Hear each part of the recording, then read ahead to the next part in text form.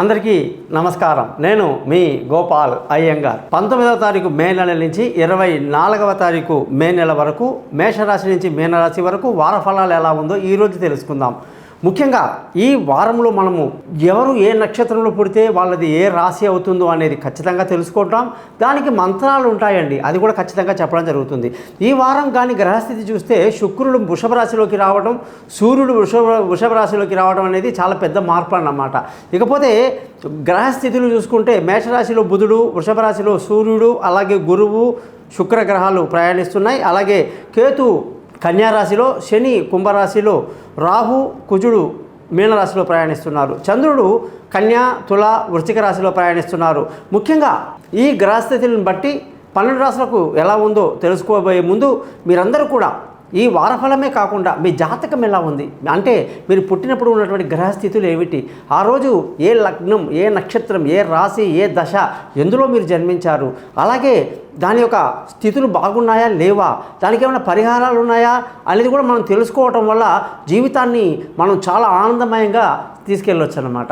కాబట్టి మీరందరూ మీ date of birth, time of birth, place of బర్త్ని నాకు పైన ఇచ్చిన 3 వాట్సాప్ నెంబర్లో కానీ పంపిస్తే మీ జాతకాలు రెడీ చేసి మీతో ఫోన్లో మాట్లాడి పరిహారాలని చెప్పి జాతకాన్ని మీకు 50 పేజీలు మెయిల్ చేస్తాను.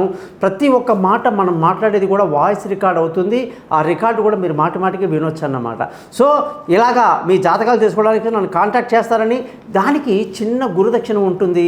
తప్పకుండా జాతకం చెప్పించుకున్నప్పుడు గురుదక్షిణ ఇవ్వాలి అనేది ఒక నియమం ఉంది కాబట్టి మినిమంగా పెట్టారన్నమాట. ఇకపోతే మీరందరూ కూడా ఎవరికైతే డేట్ ఆఫ్ బర్త్ లేదో వాళ్ళు ముఖం కనిపించే ఒక ఫోటో, కుడి చేతి రేఖలు మగవాళ్ళు, ఎడమ చేతి రేఖలు ఆడవాళ్ళు పంపించండి. మీ జాతకం రెడీ అవుతుంది, మీతో ఫోన్లో మాట్లాడతాను.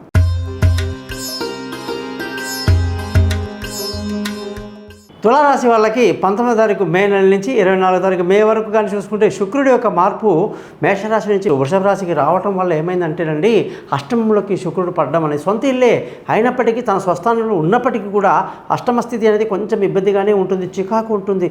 అనవసరమైనటువంటి చికాకు మానసికంగా కలిగి ఉండటం, లేనిపోని విషయాల్లో ఇంటర్ఫియర్ అయ్యి ఏదో సలహా చేసి అనవసరంగా మనం ఇరుక్కోవటం, ఇవన్నీ అవసరమా అండి?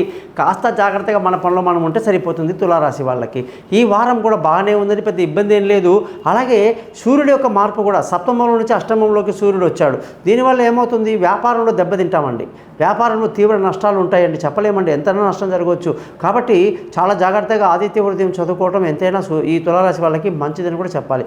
పోతే శుక్రుడి మార్పు, సూర్యుడి మార్పు చూసాము. బుధ గ్రహం యొక్క మార్పు వచ్చేసి సప్తమంలో ఉన్నాడు కాబట్టి మంచిదే, అదేం పెద్ద ఇబ్బంది ఏం కాదు. ఈ వారం అంతా సంతోషంగా ఆనందంగా గడుపుతారు. చికాకులన్నీ తగ్గించుకోండి, ఎవరి విషయంలో ఇంటర్ఫియర్ అవ్వకండి. డబ్బు విషయంలో చూసుకుంటే మీకు కాస్త రావాల్సిన డబ్బు సకాలంలో చేతికి అందక కాస్త ముందు వెనక అయ్యే అవకాశాలు, ఇబ్బందులు కలిగే అవకాశాలు లేకపోలేదు. కుటుంబంలో చికాకు అనేది ఉంటుంది, కానీ దాన్ని మనం సర్దుకునే అవకాశాలు ఉన్నాయి. పిల్లల చదువు విషయంలో మాత్రం కాస్త జాగ్రత్తగా ఉండాలండి. బంధువుల, స్నేహితుల సహాయ సహకారాలు. అష్టమంలో గురువు వచ్చేసాడండి. అష్టమంలో గురువు, శుక్రుడు, సూర్యుడు ఇంతమంది ఉండడం కొంచెం ఇబ్బందికరంగానే ఉంది. ఎందుకంటే బంధువుల, స్నేహితులతో గొడవలు, లేనిపోని ఏవో మనం ఏదో మంచి చేద్దాం అనుకుంటే వాళ్ళు ఏదో చెడుగా తీసుకోవటం, ఇవన్నీ అవసరమా? ఎవరి జోలికి వెళ్ళకండి, అయిపోయింది. ఇకపోతే విలువైన వస్తువులు, భూములు, వాహనాలు, ఇల్లు, వస్తువులు ఏదైనా సరే కొనటానికి తులారాశి వాళ్ళకు ఎంతో బాగుందన్నమాట. పిల్లల విషయంలో మాత్రం ఏ చికాకు లేదండి, హ్యాపీగా ఉంటారు. విదేశాలు కానీ, పై చదువులు కానీ, ఇంకేదైనా దూర ప్రయాణాలు కానీ, తెలివైన నిర్ణయాలు కానీ అద్భుతంగా ఉన్నాయన్నమాట ఈ వారం అంతా మీకు. ఇకపోతే ఈ ఆరోగ్యపరమైన విషయాల్లో అష్టమంలో గురువు వచ్చాడుగా, మరి అష్టమ గురువు ఊరుకుంటాడా?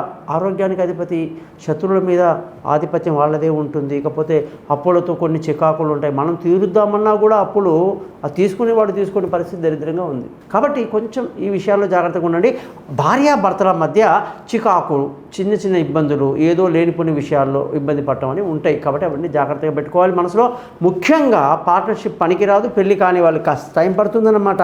ఇకపోతే ఈ వారంలో అదృష్టం చాలా బాగుంది. నాన్నగారి సపోర్ట్ బాగుంటుంది, మామగారి సపోర్ట్ బాగుంటుంది, పెద్దల సపోర్ట్ వల్ల అన్ని పనులు పూర్తి చేసుకుని ముందుకెళ్తారు, అదృష్టవంతులు అవుతారన్నమాట. ఇకపోతే ఉద్యోగస్తులందరికీ ఉద్యోగంలో ప్రమోషన్లు, ఇంక్రిమెంట్లు, పై అధికారుల ప్రశంసలు, కొత్త వాళ్ళతో మంచి ఇంటరాక్షన్స్ ఇవన్నీ బాగా అవుతాయన్నమాట. వ్యాపారం చేసే వాళ్ళకి ముందే చెప్పాను ఇబ్బందులు ఉన్నాయని, ఖర్చులు మాత్రం ఈ వారం అధికంగా ఉంటుంది. తులారాశి అనేసరికి మనకు చిత్త 2 పాదాలు ఉంటాయి. ఇందులో ముఖ్యంగా 3-4 పాదాలు చిత్త, 4 పాదాలు స్వాతి, 3 పాదాలు విశాఖ విశాఖ నక్షత్రం ఉంటుంది. కాబట్టి చిత్త నక్షత్రం వాళ్ళు కుజ మంత్రాన్ని, స్వాతి నక్షత్రం వాళ్ళు రాహు మంత్రాన్ని, విశాఖ నక్షత్రం వాళ్ళు గురు మంత్రాన్ని చదువుకోండి. ఎటువంటి ఇబ్బంది లేదు, సంతోషంగా గడుపుతారు. ఇక మీరందరూ కూడా 12 రాసులకు ఎలా ఉంది అని తెలుసుకున్నారు కదా. మీరందరూ నాకు గురుదక్షిణ ఏమిస్తారు? కేవలం thesimple.astrologer.com అనేటువంటి ఈ యూట్యూబ్ ఛానల్ని సబ్స్క్రైబ్ చేయండి. మీ బంధువులకు, స్నేహితులకు నా గురించి తెలియజేయండి.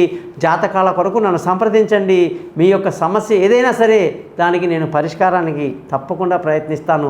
నమస్కారం, మీ గోపాల్ అయ్యంగార్. శ్రీమతే రామానుజాయ నమః.